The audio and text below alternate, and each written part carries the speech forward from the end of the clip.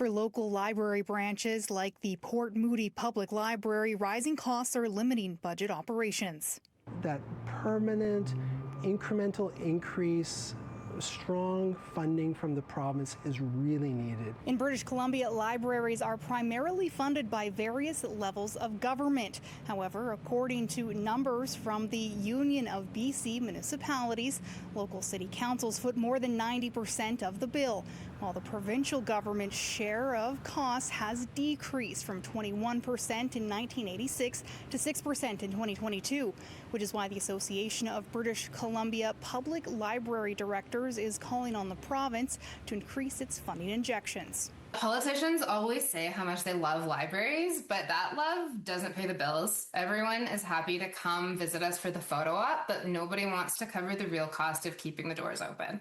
Gillette says annual provincial funding of $14 million has remained stagnant since 2009 and is hoping to see rates raised to $30 million with ongoing inflation increases, as many public libraries face serious reductions without additional support. We're just finding across the province that frozen funding is leaving us really, really stretched, and we're going to see almost universal service cuts across the province in the coming years. Noting that smaller branches like Cranbrook and Creston have already seen a pullback in services, with Port Moody Public Library Director Mark Saunders emphasizing the important functions of these public spaces.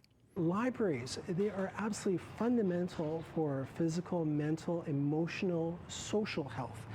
I can't stress enough how unique our role is within the community in terms of providing a broad range of services and connecting people one with another. In 2023, the province provided a one-time enhancement grant of $45 million to all 71 BC libraries to provide flexibility and address immediate service demands.